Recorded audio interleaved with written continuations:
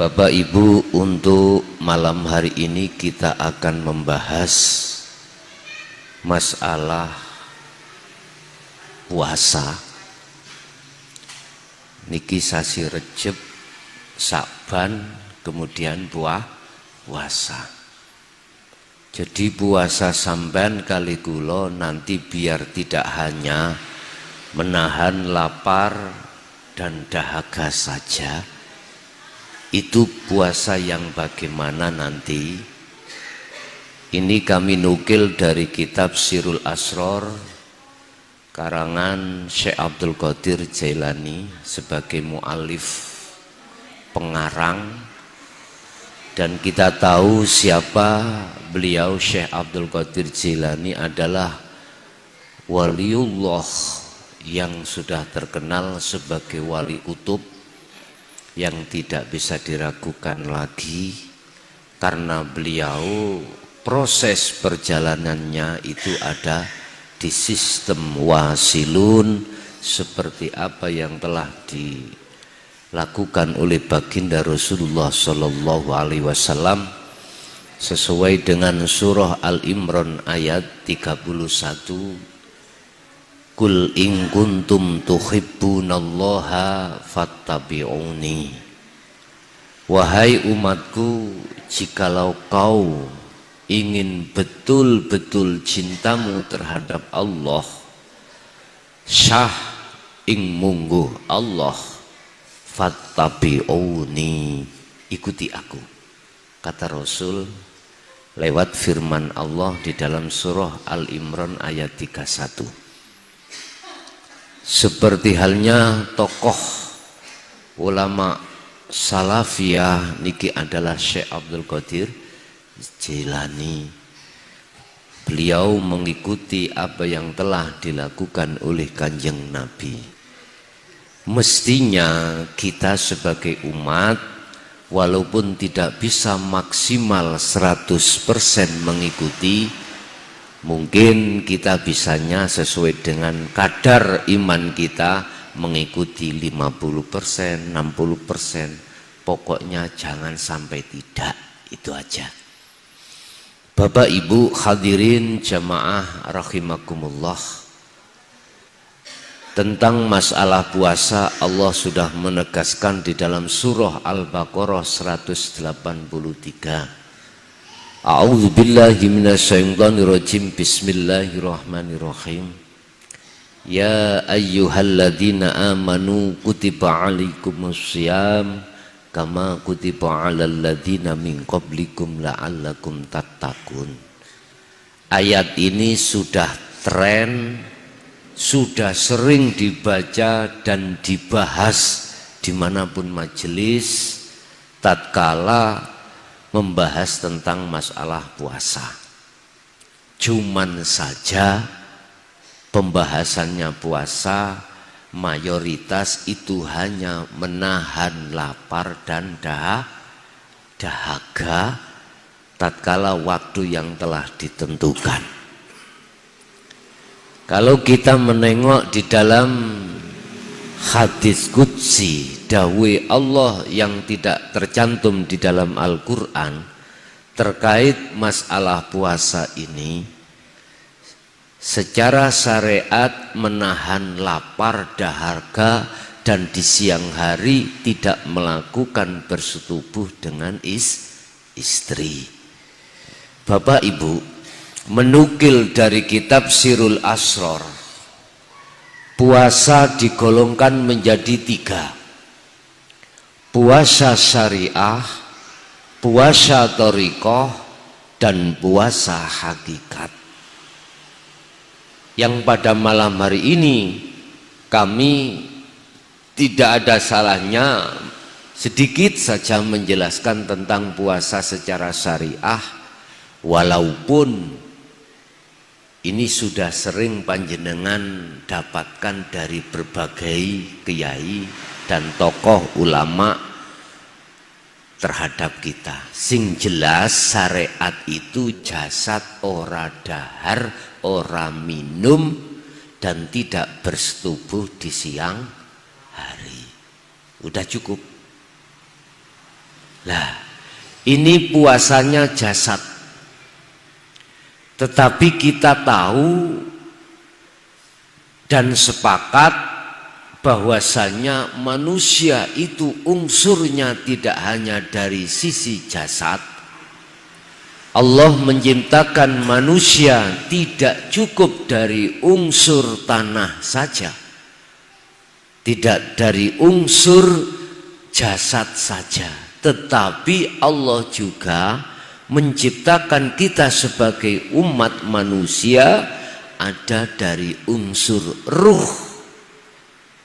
Kita sudah tahu unsur tanah itu sudah diterangkan di dalam hukum syariah, akhirnya munculnya ilmu fikih dan lain sebagainya untuk supaya jasad ini betul-betul meninggalkan larangan dan menjalankan perintah. Tetapi manakala jenengan kali kula kok hanya melakukan di lingkup syariat saja miturut Syekh Abdul Qadir Jailani, rugi. Maksudnya ya nopo? Jenengan kali kula kedah melakukan puasa secara thariqah dan hakikat juga. Sebab apa?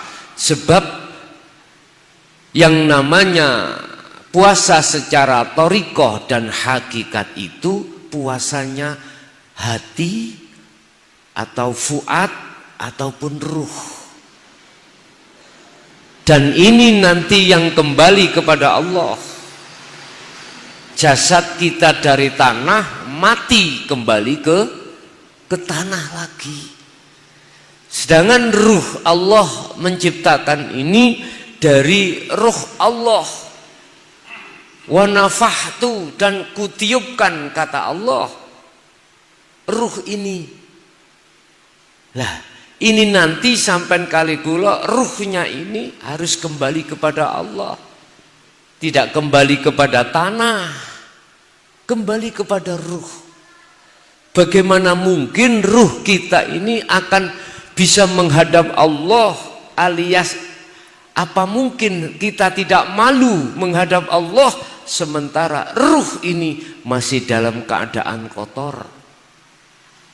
Bapak Ibu hadirin jamaah rahimakumullah, itu semuanya dikembalikan kita masing-masing. Syekh Abdul Qadir Jailani itu tidak memaksa kita untuk berpuasa secara thariqah bahkan secara hakikat, mboten.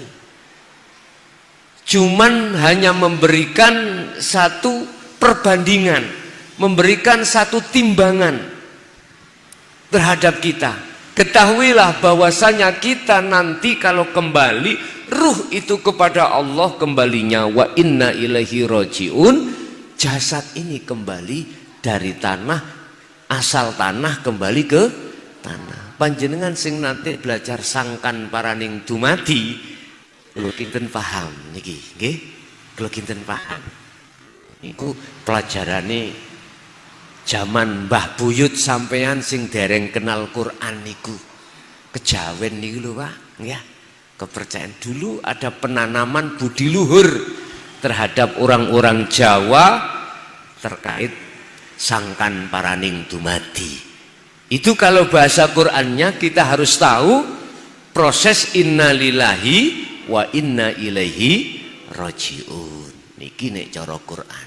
Pun Bapak Ibu hadirin rahimakumullah, mboten kula ngaos dangu-dangu, paling suwe namung 30 menit. Yang terpenting substansinya apa itu yang kami sampaikan. Urusan kita nanti beramaliyah atau tidak itu terserah kita masing-masing. Kemudian puasa yang nomor 2 adalah puasanya ahli thariqah. Puasa ahli thariqah itu tidak hanya menahan lapar, dahaga dan perbuatan bersetubuh di siang hari, tetapi hati ini loh Pak, menjaga bagaimana tidak muncul hasud, tidak muncul riya, tidak muncul takabur, tidak muncul sum'ah, i'timad dan lain sebagaimana sifat yang disebut sebagai sifat yang tercela. Sebab niki mengke akan menghalangi pahala Allah yang katanya kita sebut, kita terima sapa sing gelem poso Ramadan sepertiga pertama iku Gusti Allah buka pintu pengapuroni. Lah, enten mriki atas-atas. Apakah kita akan mendapatkan hal itu? Mohon maaf, miturut pandang sudut thariqah lho nggih. Mboten pandang sudut syariat. Nek pandang sudut syariat pokoknya gak mokel, ya toh? Pokoknya gak bersetubuh siang hari, terus kita yakin insya Allah diterima. Lah ngeten nggih, insya Allah. Padahal ati sampean kali kula tasik hasud, tasik iri, tasik takabur, tasik riya, macam-macam yang kita tidak terasa. Karena kita tidak diberi ilmu panduan tentang bagaimana kita untuk mengeluarkan sifat-sifat tercela itu di dalam hati. Wong kita tidak diberi panduan, tidak diberi ilmunya bagaimana caranya untuk menghilangkan sifat-sifat tercela tersebut. Ya secara otomatis kita olehnya puasa bener jasad syariat iki sampai kali kula mboten mokel, tapi hati membiarkan dimasuki bola tentarane nafsu atau setan untuk supaya hati ini berbuat hasud, iri nang tonggo, macem-macem dan lain sebagainya. Terus maneh tidak qanaah apa pemberian Allah, sementara kita manusia ini rata mboten purun nampa takdir sangka Allah sing gak enak. Rata pun alias protes. Ganjil ning ati. Satu contoh niki, satu contoh. Tiang jaler niku sagete aweh blonjo dina iki mung 10.000, duwene 10.000. Sementara kebutuhan di dapur lebih dari 50.000. Pae nggak ada harta cuman sedoso pada hari ini. Sedangkan kebutuhan di dapur untuk makan keluarga hari ini 50 minimal. Belum lagi kebutuhan anak-anak sekolah hari ini. Tentunya ibu tidak mengharapkan bu nggih ngoten niki. Basa dikai 10 jret ati ganjel. Lah, ini termasuk nggih nyun sewu Bu, kula mboten bela wong lanang mboten. Kadang-kadang wong lanang nggih sami mawon nggih. Wayah pingin masakane penak lah kok iki mang wayahe penak lah kok gak penak, kakean duduh, kakean banyu akhir dadine anyep lho. Ning ati ganjel. Loh, ganjele ati oleh tidak kita qanaah pada Allah ini termasuk sifat yang dimiliki setiap diri manusia yang belum bisa dikeluarkan. Miturut kacamata thariqah niki yang menjadi penghalang pengapuraning Allah sing jarene sepertiga Gusti Allah ngampuni. Ibarat cara kita haji tidak mabrur tapi mardud, tidak diterima tapi ditolak. Pandang sudut kacamata thariqah. Nek pandang sudut kacamata syariat, pokoknya wis bar gugur kewajiban, urusan diterima gak diterima ya wis. Lah ngoten nggih. Lah ngoten ta Bu nggih?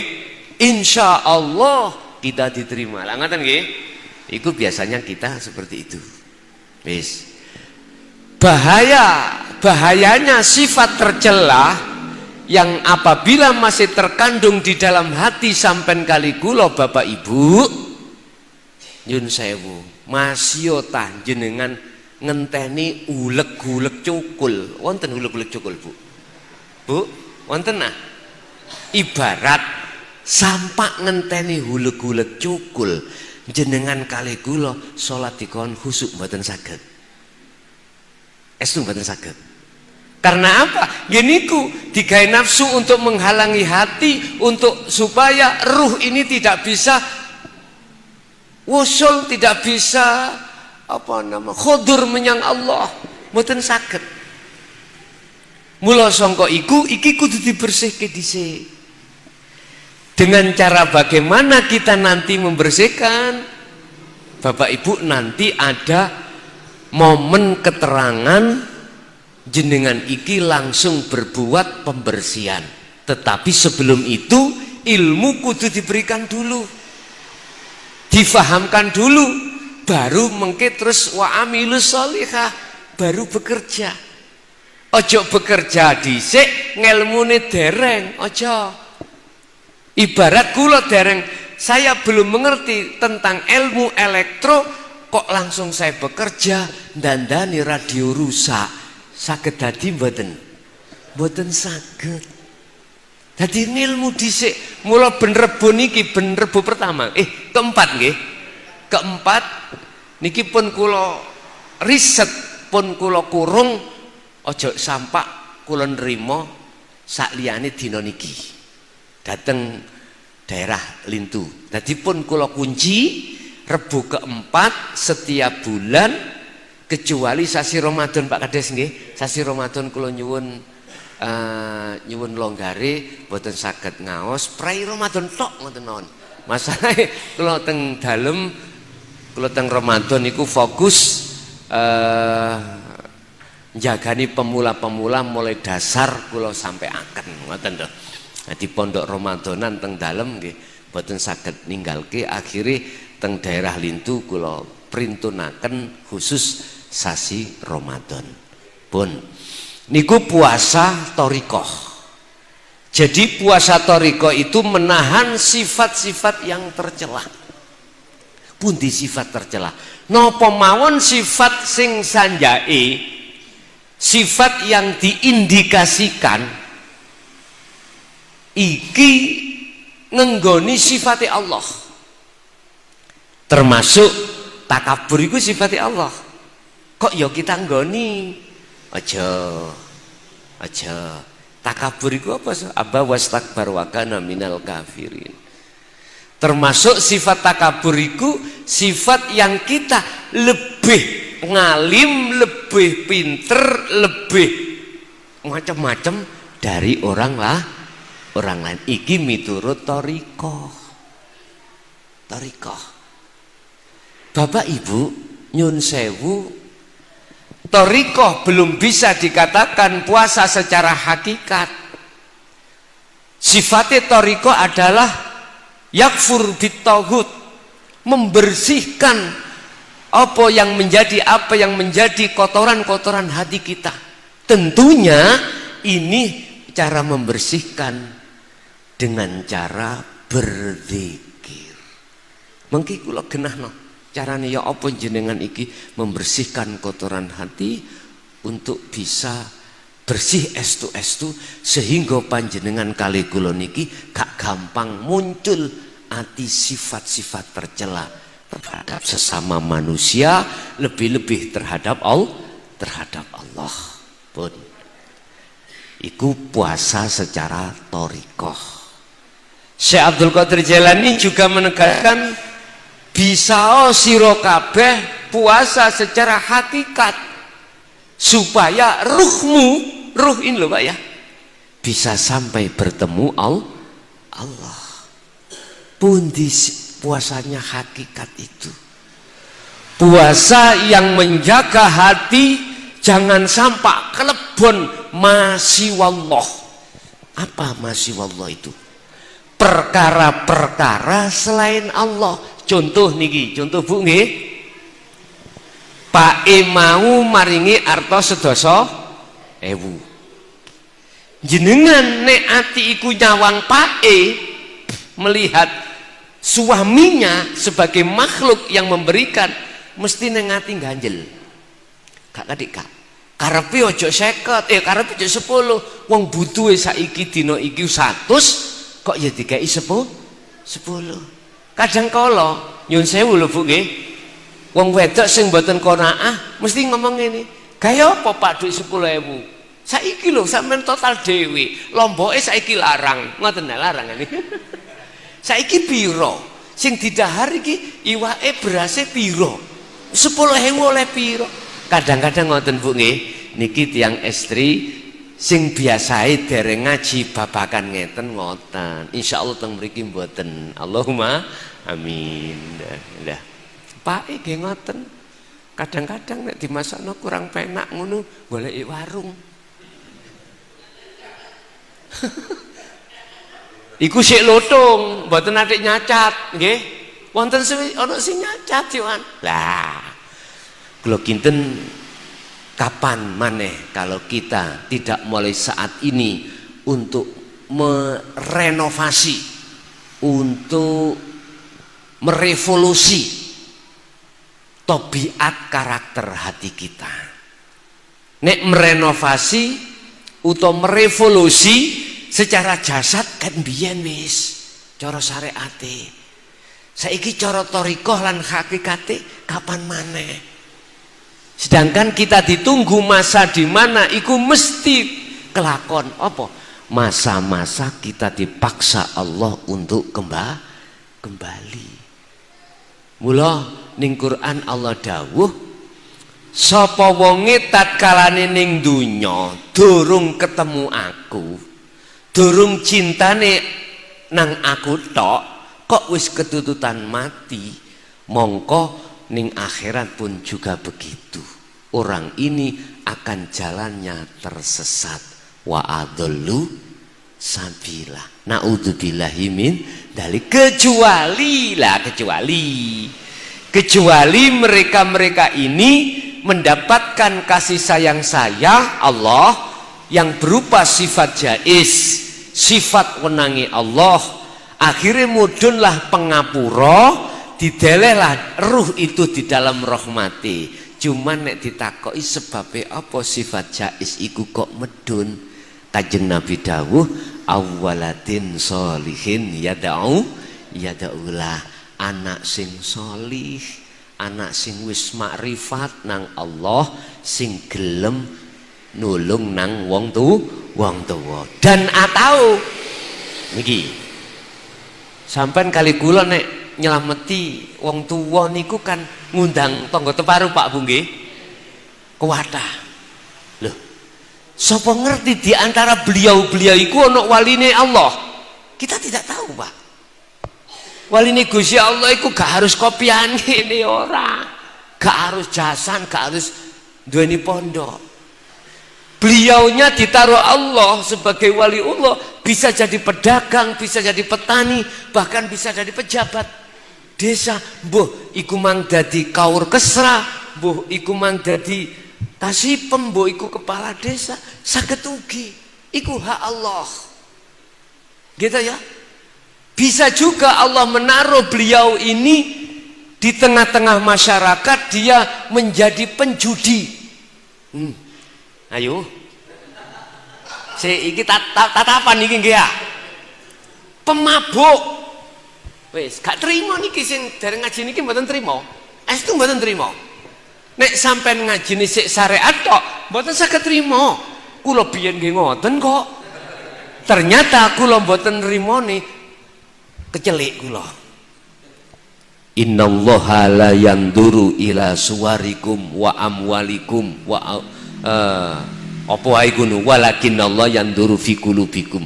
Gusti Allah iku ya ora ndelok prejengan dohir. Jenengan iki wong sing model kaya apa, Gusti Allah gak ndelok kudune. Yanduru fi qulubikum, tetapi Gusti Allah ndelok manah sampean. Manah sampean iki sudah bebas dari sifat tercela atau belum? Niki yang Allah melihat. Di atasnya ada al-fuad. Mana sampean iku sudah merasa diawasi Allah apa belum? Al-ma'rifat. Mana sampean ruh sampean iki sudah sampai pada Allah belum? Di situ Allah melihat. Ini dituangkan di dalam surah sik kula iling-ilingi. Ngeten ayate. Wa ma umiru illa liya'budullaha mukhlisina lahud. Surat napa niku? Ya surat Quran teng mriku, mbuh lali kula ngene. Aku tidak ya. Wa ma umiru lan tidak pernah diperintah sampean kali kula niki. Illa liya'budullaha, kecuali untuk menyembah Allah. Kecuali jadi sampai ini gak dikongkon maem, gak dikongkon nyambut gawe, gak dikongkon opo wae. Roh maksude duduk jasad. Nek jasad sampai neng donya ya kudu nyambut gawe. Nek gak nyambut gawe ya gak mangan, gak ngoten kok. Jasad. Tapi ayat ini umiru illa liya'budullah. Hanya menyembah ruh, Pak. Roh ini hanya untuk musyahadah pada Allah. Roh ini hanya untuk makrifat pada Allah. Ini belum maksudnya illa liya'budullah. Lah, ini bisa terjadi dengan catatan mukhlisina lahuddin. Kudu ikhlas. Ikhlas akan tercipta manakala rahasia ikhlas iku masuk di dalam laku ngabukti kuwi mau. Apa rahasianya ikhlas? Wujudu sirril ikhlas fiha. Jenengan kali kula ningati gak rumangsa sing salat, sing poso, sing laku apa gak rumangsa sampean kali kula. Tetapi di dalam hati jenengan ruh ini merasa bahwasanya semua yang berjalan iku hakikate makrifate semata-mata hanyalah Allah. Jenengan kali kula niki ibarat lapangan, ibarat wayang. Wong biyen niku koyok wayang, sing nglakokno iku dalang. Berarti sak temene wayang nggak punya hak gerak, nggak punya hak bicara, nggak punya hak mendengar. Semuanya itu yang berafal hanyalah Allah. Sampe tinggal dah. Nek sampean gak ndelok dalange, ndelok wayange mesti kadose Petruk sing ngomong. Lah ngeten nggih. Kadose sing ngobah niku Petruk. Gatotkaca. Coba sampean ndelok sak temene dalang. Ya iku sing duweni obah. Berarti menungso kabeh iki sing ngobahni Gusti. Lho, hati niku saged lenggah teng mriku. Bapak Ibu hadirin, puasa ing miturut hakikat adalah ati njaga gak duweni satu dzon prasangka bahkan keyakinan selain bahwasanya selain Allah termasuk jenengan, termasuk godhong, termasuk makhluk hayawan, makhluk tumbuh-tumbuhan, makhluk benda mati, apapun hati jenengan gak duweni penyono, gak duweni, gak punya apa keyakinan, itu bisa berperan, itu bisa obah, itu bisa mendengar, gak punya. Justru keyakinan sampean secara makrifat semuanya Allah. Lho, nek wis ati koyok ngeten iki berarti jenengan iki telah hakikate telah menjalankan puasa. Tatkala jenengan kali kula hanya puasa tutuk thariqah tok, nyun sewu. Nek wis tutuk hakikat lho. Miturut kacamata hakikat, manakala kita puasanya cuman tutuk thariqah tok, ngilangake sifat-sifat sing tercela. Ing mungguh Allah miturut kacamata hakikat hubitat a'maluhum wa malahum min nasirin. Ditolak. Krana apa? Isih ngakoni iki posoku. Nggih? Kune balik nang diri kita. Paham nggih? Lah, ning jerone ati ku ana al-fuad. Tempat cahaya nur yang bisa membimbing ruh ini bisa makrifat pada Allah. Lah, cahaya makrifat Allah di dalam Al-Fu'ad teng mriki itu hanya didatangkan Allah bagi hamba, bagi seorang hati seorang yang selalu berzikir hakikat. Mboten berzikir syariat tok, mboten berzikir thariqah tok, tapi berzikir hakikat. Ya apa dikire hakikat? Intine hanya dengan zikir itulah nanti akan belajar untuk merontokkan teleke nafsu, sifate nafsu yang tercela, yang tertanam di dalam hati kita masing-masing. Kedua, dengan zikir secara hakikat itulah yang akan mendatangkan cahaya makrifat. Diki zikir yang kusebut sirul asrar.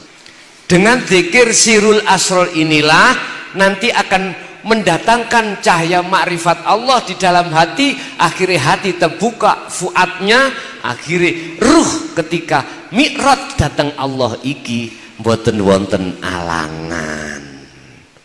Barulah teng mriku saged diwastani ya ayyatuhan nafsul mutmainnah, wahai jiwa yang tenang. Olehnya tenang sebab dia bisa kembali bertemu Allah. Oleh bisa bertemu Allah karena ruh hatinya ini sudah lepas dari sifat yang tercela yang menjadikan ganjelan, yang menjadikan faktor kita ditolak di mata Allah. Di situ Pak nggih. Mungkin itu saja yang bisa kami sampaikan. Makanya surat Al-Baqarah ayat 183 mengatakan diwajibkan puasa ini bagi yang beriman.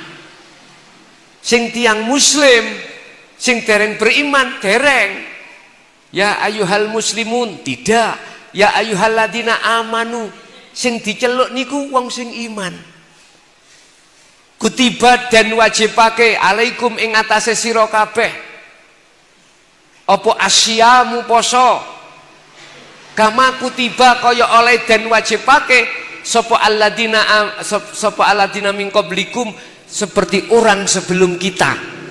Berarti orang iman sakderenge sampean kali kula, bapak jenengan, mbah panjenengan, buyut sampean sampai tumeka Nabi Adam iku diwajibkan Allah berpuasa.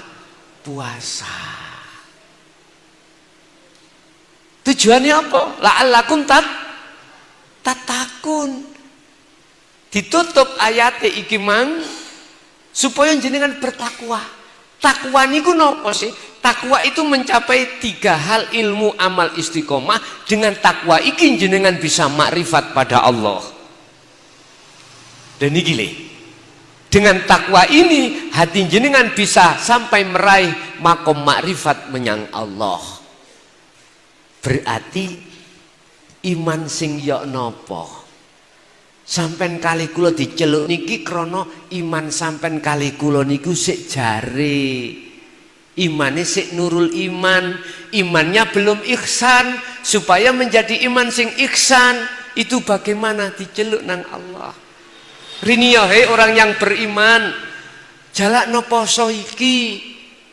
Poso iki sampean nek jalakno cara syariat tok, nyun sewu lho ya. Nyun sewu. Miturut pandangan thariqah gak padha. Miturut pandangan hakikat apalagi mboten sama. Nek menurut kacamata syariat pokoke poso gugur kewajiban, ya wis. Ternyata Allah dawuh nek nggone hadits qudsi, ana wong poso iku oleh lapar lan dahakat tok. Ngiten mriki maksude. Nonton mriki. Ternyata ketika kita puasa marah-marah. Ketika kita puasa hak thariqah batal. Napa? Wis gak cocok ambek takdir sing ditekakno. Anak kandhanane wangel, kanjinge lawang sing teko digayabuk lah ngoten. Lah gitu ya. Wis. Ati kelebon nafsu amarah.